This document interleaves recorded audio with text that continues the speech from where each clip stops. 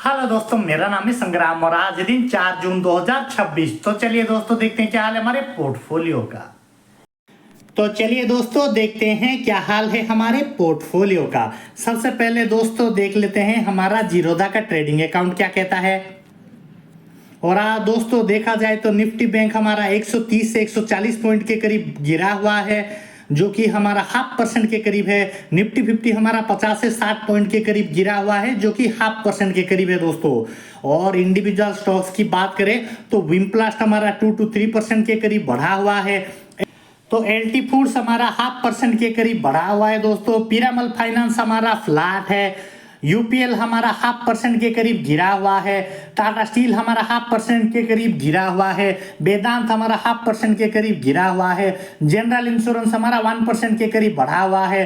PFC हमारा 1 से 2% के करीब बढ़ा हुआ है। Tata motor commercial vehicle 2 to 3% के करीब बढ़ा हुआ है। टाटा मोटर पैसेंजर व्हीकल 1% के करीब गिरा हुआ है। तो चलिए दोस्तों देखते हैं क्या प्रॉफिट बुकिंग करने जैसा कुछ है हमारे पास। तो जैसे कि आप सबको पता ही होगा दोस्तों, ये हमारा स्विंग ट्रेड का पोर्टफोलियो है, जो कि 5 to 6% के करीब गिरा हुआ है। 14 to 15,000 के करीब ये गिरा हुआ है दोस्तों। इंडिविजुअल स्टॉक्स की बात करें तो LIC हाउसिंग फाइनेंस 3 to 4% के करीब गिरा हुआ है, जो कि 1500 से 2000 के बीच में है। PFC हमारा 5 to 6% के करीब गिरा हुआ है, जो कि 8 to 9,000 के बीच में है।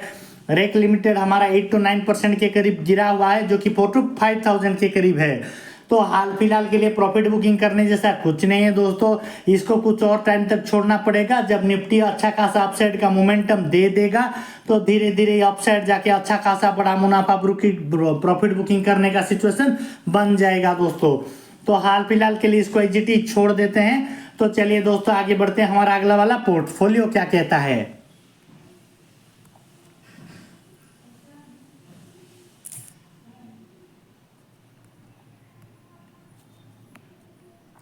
तो यह है दोस्तों हमारा कोटक न्यू का पोर्टफोलियो, जो कि हमारा 1500 to 2000 के करीब बढ़ा हुआ है। 3 to 4% के करीब ओवरऑल रिटर्न हमें देखने को मिल रहा है दोस्तों। इंडिविजुअल स्टॉक्स की बात करें तो एलटी फूड्स हमारा 52 to 53% के करीब बढ़ा हुआ है। 13 to 14,000 के करीब ये बढ़ा हुआ है दोस्तों। विमप्लास्ट हमारा 47 to 48% के करीब गिरा हुआ है, जो कि 11 to 12,000 के बीच में है। तो ये पोर्टफोलियो थोड़ा गिरा हुआ है दोस्तों। मार्केट के जो बेरिश सिनारियो चल रहा है उसी वजह से ये थोड़ा गिरा हुआ है दोस्तों, लेकिन कुछ दिनों में ये धीरे धीरे अपसाइड जाना शुरू कर देगा दोस्तों। तो चलिए दोस्तों आगे बढ़ते हैं, हमारा अगला वाला पोर्टफोलियो क्या कहता है।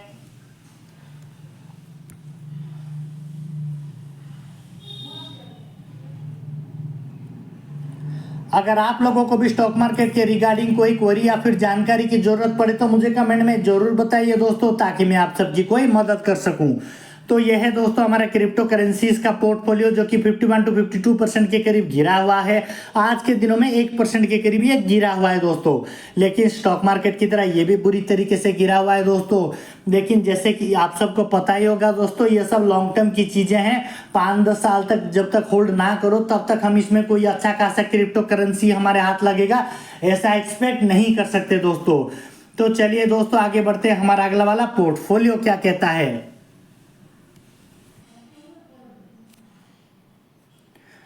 तो ये है दोस्तों हमारा ग्रो का पोजिशनल ट्रेड वाला अकाउंट, जिसमें हमारा 1 डे रिटर्न में 9 to 10,000 के करीब बढ़ा हुआ है।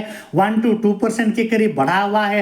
टोटल रिटर्न हमारा 65 to 66% के करीब गिरा हुआ है। 9 to 10% के करीब ये गिरा हुआ है दोस्तों। इंडिविजुअल स्टॉक्स की बात करें तो रेक लिमिटेड हमारा 12 to 13% के करीब गिरा हुआ है। 63 to 64,000 के करीब ये गिरा हुआ है दोस्तों।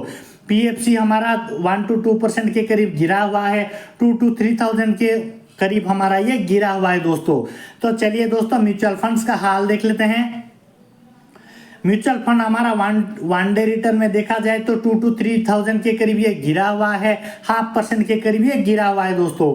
टोटल रिटर्न में हमारा 27 to 28,000 के करीब हमारा बढ़ा हुआ है। 2 to 3% के करीब बढ़ा हुआ है। XIRR पॉजिटिव में आ गया है दोस्तों। 1 to 2% के करीब हमारा पॉजिटिव XIRR देखने को मिल रहा है दोस्तों। तो जैसे कि आप सबको पता ही होगा दोस्तों, ये म्यूचुअल फंड सारे लॉन्ग टर्म की चीजें हैं। ज्यादा से ज्यादा टाइम तक होल्ड करेंगे तब जाके हमें कोई अच्छा खासा बड़ा मुनाफा बुक करने को मिलेगा दोस्तों। तो हाल फिलहाल के लिए हमें इसमें कोई एडजस्टमेंट करने की जरूरत नहीं है दोस्तों, इसको एग्जिट छोड़ देते हैं। तो चलिए दोस्तों आगे बढ़ते हैं, हमारा अगला वाला पोर्टफोलियो क्या कहता है। तो ये है दोस्तों हमारा एंजल वन का इन्वेस्टिंग अकाउंट, जिसमें हमारा ओवरऑल 37 to 38,000 के करीब बढ़ा हुआ है, 18 to 19% के करीब ये बढ़ा हुआ है दोस्तों। म्यूचुअल फंड्स की बात करें तो ये 5 to 6% के करीब बढ़ा हुआ है, और इसका XIRR भी पॉजिटिव में आ गया है दोस्तों। 3.12% का पॉजिटिव XIRR हमें देखने को मिल रहा है दोस्तों। इक्विटीज की बात करें तो ये हमारा 36 to 37,000 के करीब बढ़ा हुआ है, 18 to 19% के करीब ये बढ़ा हुआ है दोस्तों। एनालाइज की बात करते हैं, मिड कैप हमारा 47 to 48% के करीब बढ़ा हुआ है, लार्ज कैप हमारा 3 to 4% के करीब बढ़ा हुआ है, स्मॉल कैप हमारा नील है दोस्तों। सेक्टर वाइज देख लेते हैं, फाइनेंस और हाउसिंग 110 से 111% के करीब बढ़ा हुआ है, ऑटोमोबाइल और पैसेंजर कार 28 to 29% के करीब गिरा हुआ है, स्टील और आयरन 33 to 34% के करीब बढ़ा हुआ है, ऑटोमोबाइल और ट्रक्स हमारा 55 to 56% के करीब बढ़ा हुआ है, पेस्टिसाइड और एग्रोकेमिकल हमारा 19 to 20% के करीब बढ़ा हुआ है, अदर्स हमारा 6 to 7% के करीब गिरा हुआ है दोस्तों। और अदर्स में देखा जाए तो फाइनेंस और NBFC हमारा 2 to 3% के करीब बढ़ा हुआ है, मेटल और नॉन फ्यूरोस हमारा 37 to 38% के करीब गिरा हुआ है, अदर्स हमारा नील है दोस्तों। तो चलिए दोस्तों देख लेते हैं इंडिविजुअल स्टॉक्स का क्या हाल है। पीरामल फाइनेंस हमारा 110 से 111% के करीब बढ़ा हुआ है, Tata motor commercial vehicle 55 to 56% के करीब बढ़ा हुआ है, टाटा स्टील हमारा 33 to 34% के करीब बढ़ा हुआ है, UPL हमारा 19 to 20% के करीब बढ़ा हुआ है, PFC हमारा 3 to 4% के करीब बढ़ा हुआ है, जनरल इंश्योरेंस हमारा 1% के करीब बढ़ा हुआ है, Tata motor passenger vehicle 28 to 29% के करीब गिरा हुआ है, वेदांत हमारा 38% के करीब गिरा हुआ है। जैसे कि आप सबको पता ही होगा दोस्तों, वेदांत का डिमर्जर डिक्लेयर हुआ है, इसीलिए उसके सारे स्टॉक हमारा आ गए हैं दोस्तों। जब ये पूरी तरीके से लिस्ट हो जाएंगे तब ये सारे हमारे डीमेट में आ जाएंगे, तब ये अच्छी तरीके से ग्रीन में कन्वर्ट हो जाएंगे दोस्तों। डरने की कोई बात नहीं है दोस्तों, ये सब अच्छा खासा परफॉर्म कर रहे हैं। तो चलिए दोस्तों मिलते हैं हम हमारे अगले एपिसोड कल में।